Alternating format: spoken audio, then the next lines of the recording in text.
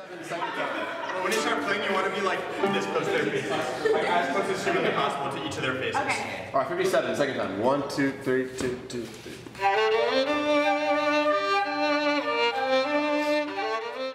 I've spent most of my life writing classical music and writing music for the concert hall, which is like still a very vital tradition, but it has a very narrow audience. And what I was really interested in is how something like a Beethoven symphony was able, about 200 years ago, to reach a massive amount of people. And I was really interested in finding a model that would allow this kind of music, which people are still writing today and which is really important to me, to reach people in that kind of visceral way that matches other kinds of entertainment that are popular today.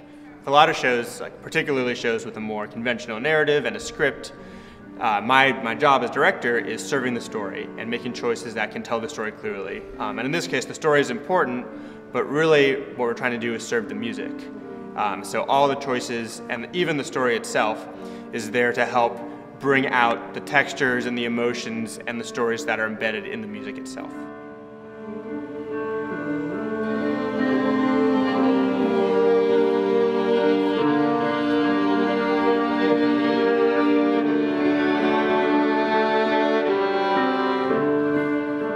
My biggest inspiration is the movie Fantasia, in which every single animation, everything that you're seeing, constantly reminds you of the music that you're hearing. So it's a world in which musicians and actors and dancers all can just merge into a single unit who are telling the story, basically devising this piece around the music. The music is basically our text.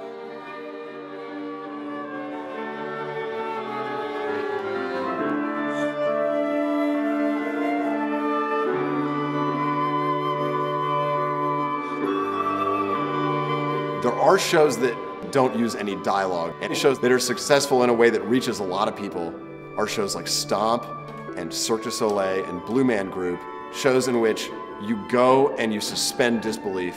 Abyss is a show which focuses on the apocalypse and the world leading into the apocalypse in a way that we've imagined it in the 21st century. And we sort of explore the way in which these things all focus in towards a world that just cannot hold. We have a ton of incredible designers on board. We have a giant cast of musicians, dancers, and actors, and we've been rehearsing for a few weeks and we just moved into the space. So we found this space that it's basically this abandoned building. There's a lot of exposed wires and piping everywhere. The floor is concrete, and a huge part of the show is how we can use the space and use the images and the music to evoke imagination, as opposed to a lot of shows that I think, especially these visual spectacle shows that sort of force feed the audience images. I want the audience to be participating with us in creating this story. It's like these musicians and these actors found this abandoned space and turned it into something.